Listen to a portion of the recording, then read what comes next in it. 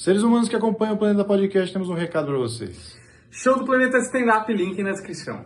Boa, muito bom. Vamos começar aqui na pergunta clássica desse programa, que o Deodébio, como veio a primeira vez aqui hoje, é bom você falar como você chegou até aqui.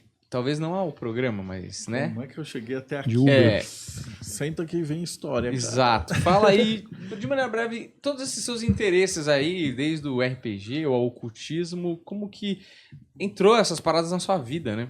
Cara, o RPG, apesar de, tipo, quando você fala, Marcelo Dragão, geralmente os caras falam, puta, é o cara da Dragão, o cara que fazia o Trevas, o Arcano, o RPG. Porque teve um boom gigantesco na década de 90, mas na verdade eu caí no RPG sem querer. Né? A minha paixão sempre foi mitologia, arquitetura, magia.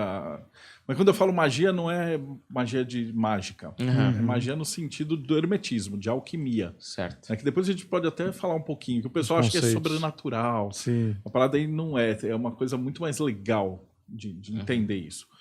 E foi uma oportunidade, então eu vamos começar assim, eu cresci numa família espírita, então já desde criancinha estava acostumado a ver incorporação, no centro, ver passe, uma parada assim. E eu fiz um intercâmbio, fui para a Europa, e lá eu conheci uma galera que participava de ritual de bruxaria. E aí eu vim, tipo, uma incorporação, que hoje em dia, como tem internet, né, eu estou falando de 89, né, então o que eu vou contar assim, parece muito sensacional, mas é porque eu era um moleque de 14 anos, 15 anos, e teve aquela incorporação na floresta, então a galera ia, entrava e fazia aquele ritual, e aí o cara incorporava, põe a capa com charuto, brand, o cara incorporava um demônio da floresta, e aí os outros caras incorporavam fadas e seres, e aquelas coisas que a gente só vê em filme, né? E quando eu voltei pro Brasil, eu falei, cara, eu quero pesquisar essa porra, isso aqui é muito louco. E aí nem dava pra falar que era tipo Harry Potter, porque nem existia ainda, né? Harry Potter ia vir muitos anos depois. E eu trouxe essa bagagem e falei, cara, eu preciso saber o que tá acontecendo aí. Então eu trouxe tipo um container de livro e eu falei, cara, eu vou me dedicar a fazer uma enciclopédia de mitologias. Porque você chega aqui no Brasil, todo mundo é católico. Né? Você não fala, né? Aqui tem Saci Pererê, uma outra coisa, tirando os livros do Câmara Cascudo, você não tinha nada de mitologia legal, assim, né? E eu passei os próximos 10 anos pesquisando, traduzindo coisa. Então eu pegava aquelas enciclopédias italianas, ou inglesas e tal, e ia traduzindo e juntando e organizando. E aí eu fui fazer arquitetura e me especializei em história da arte, religiões comparadas e semiótica. E fui para essa área até publicar. Eu publiquei a Enciclopédia de Mitologia em 2004, que é o maior livro em língua portuguesa de mitologia comparada. Que é um monstro, está na 5ª edição, já tem 8.600 verbetes. Só que nesse meio tempo, eu vim da Inglaterra, eu fui um dos primeiros caras que jogava RPG aqui. Né? RPG, para quem não sabe, galera que tá em casa geralmente acha que RPG é jogo de computador. Mas não era. Naquela época, RPG era um jogo de mesa, um jogo de teatro. Né? Onde a galera tipo, se juntava, a piazada, né? Os pirralhinha, 12, 13 anos da escola, e aí você... Baseado no Senhor dos Anéis, né? Então você jogava com um mago, um guerreiro, um elfo, anão, e aí enfrentava os orques, os dragões, essas coisas assim. E eu jogava isso aí, a gente foi um dos primeiros grupos do Brasil. E quando o RPG deu um boom gigantesco, né, naquele ápice da banca de jornal, as revistas de super-herói, tudo essa pegada, né, que Abril trouxe, o Dungeons and Dragons americanas, as editoras entraram em peso, assim, o mercado era gigante. Eles falaram assim, pô, você quer trabalhar com isso? A gente precisa de um RPG brasileiro. Eu falei, pô, beleza. E aí eu peguei essa parada e fiz um RPG de magia de verdade. Então no RPG ele era medieval, então você tinha os demônios da Goécia, que a gente pegava dos livros de ocultismo para pôr no jogo. Os anjos eram os anjos da Kabbalah, tinha Shaforrash, que a gente pegava e punha no jogo. E tinha Pacto, e tinha Inquisidor, Templário, toda essa pegada. E aí o negócio fez um sucesso absurdo, porque distribuição em banca de jornal era tipo 20 mil exemplares, e aí multiplicava cada revista por 5, 6 molequinhos, e aí os caras jogavam. Então a gente passou muitos anos fazendo isso, né? E era a parte que eu era conhecido. Então o pessoal mais velho, geralmente 40 anos que jogou RPG, 30, 40 anos, me conhece daí. Só que, em paralelo a isso, quando eu fiz esse livro, publiquei, a gente lançou na Bienal do Livro, e aí eu conheci um cara chamado Wagner Veneziani Costa, que ele era o dono, o editor da Madras, já falecido, né? E a Madras, para quem não sabe, se você entrar numa Bienal e olhar assim para cima, vai ter uma pirâmide no meio da Bienal. Todo mundo que já foi na Bienal do Livro já viu isso. E é a maior editora de ocultismo que tinha, né? Só que o pessoal não sabia que dentro dessa editora tinha uma loja maçônica de escritores de ocultismo. Então ele juntava toda a galera que produzia os livros e o material para discutir, debater. Então a gente passou, eu fui iniciado na maçonaria em 2004, e aí eu segui desde então. E como eu gostava desses assuntos, a galera sempre me chamava e falava: pô, você não quer dar aula de Cabalá pra gente? Não quer explicar o que está acontecendo? E eu viajava para o Brasil. Depois eu fui trabalhar junto com a galera da área de cultura maçônica. Então eu dava palestra, instrução de grau, todas essas coisas.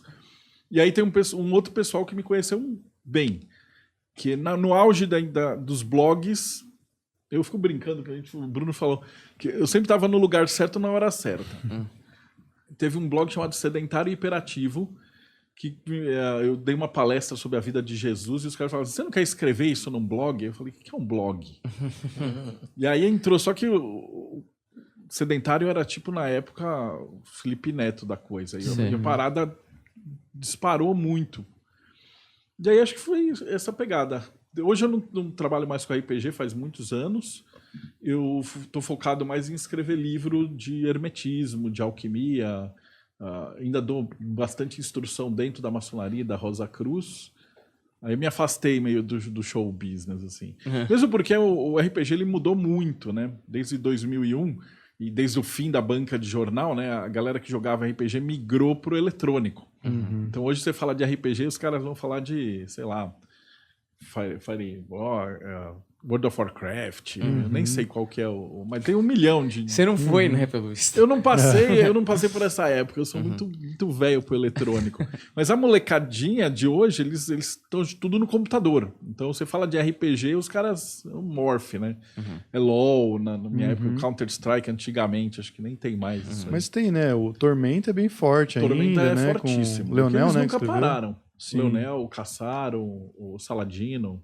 Eu vejo sempre, tem bastante live e tal. Agora eles estão fazendo online, 20 né? anos. Na verdade, sim, eles nunca largaram. Então, mesmo quando o RPG tomou aquela paulada dos evangélicos e tal, Isso era bom falar, hein? depois a gente pode entrar nessa seara. Eles nunca pararam, eles sempre trabalharam com isso. A Daimon também. A Daimon chegou a ser uma das maiores editoras de RPG do Brasil. O problema é que a hora que a gente dependia de banca de jornal, a gente criou uma ideia por conta da própria Dragão. A gente ficou muito amigo do cara que distribuía os livros em banca de jornal. Então, enquanto as outras editoras faziam a publicação de livro com, sei lá, 1.000 livros, 3.000 livros, a gente fazia 20.000 livros e, graças a esse contato, distribuía em banca de jornal. E aí o que aconteceu? Quando a Dinap comprou a Chinalha e eles mudaram todas as regras do jogo, aí ficou inviável distribuir em banca. E aí, já somado com o problema que teve com os pastores evangélicos, aí tinha uma morte, um assassinato do RPG, e aí depois teve um outro cara falaram que era assassinato do RPG no Espírito Santo, todas umas tretas assim, e tudo mentira. Nunca teve um crime relacionado com RPG no país. Mas o meu sócio saiu, foi prestar concurso público, e eu falei assim: cara, eu tenho 2 opções. Ou eu vou me dedicar à arquitetura em tempo integral, ou eu vou tentar publicar esses livros de alquimia que eu queria. Só que o livro era um monstro, era um livro de 700 páginas, colorida, capa dura e tal, e nenhuma editora queria se arriscar com isso. Mas aí, de novo, estava na hora certa, no lugar certo. E aí começou o crowdfunding. Foi a época que o crowdfunding bombou. Então eu fui um dos primeiros a entrar com esses projetos, peguei meus alunos e falei: cara, eu vou fazer esse livro de história da arte, eu preciso que ele seja inteiramente colorido, de papel couché, com fotografia. Por quê? Porque eu estou demonstrando que já tinha cabala, já tinha a estrutura do hermetismo desde da antiguidade, né? O tarô, tudo vem disso. Só que os caras trabalhavam com cor, então tinha que ser colorido. Porque como é que eu vou falar que Os grandes Sim, pintores da humanidade tinham esse conhecimento e eles aplicavam em preto e branco. Sim. E aí nenhuma editora falou, os caras falaram, você tá louco, esse livro vai custar, sei lá, 500, 600 reais, é o nicho do nicho. E aí eu fui pro financiamento coletivo e a gente bateu o recorde. Então foi o recorde do Catarse até a Dilma bater a gente. A Dilma? Lembra quando teve o impeachment dela, que ela foi pedir dinheiro, que falavam que a Dilma tava passando fome, e aí iam fazer uma vaquinha. Não, mas de zoeira isso. Não, era sério. A e aí Dilma eles tava passando fome? Não era a Dilma Lógico bolada? que não, né? A Dilma Não. bolada. Isso aí era a galera da campanha, mas aí eles fizeram uns financiamentos coletivos para arrecadar dinheiro pro partido lá. E aí, obviamente, que o bagulho estourou. E aí hoje os youtubers entraram e tal, então a gente tem... A própria Dragão fez 2 milhões no financiamento, eles arrebentaram. Tem bandas de rock lançando, Banda de rock, CD. Hoje a parada subiu para um outro patamar. Agora muito mais coisa pessoal de acostumou, milhões. né? Sei. Naquela época, a gente fez 500 mil, era tipo... E aí deu pra lançar o livro. Incrível. Aí a gente lançou do jeito que queria o livro.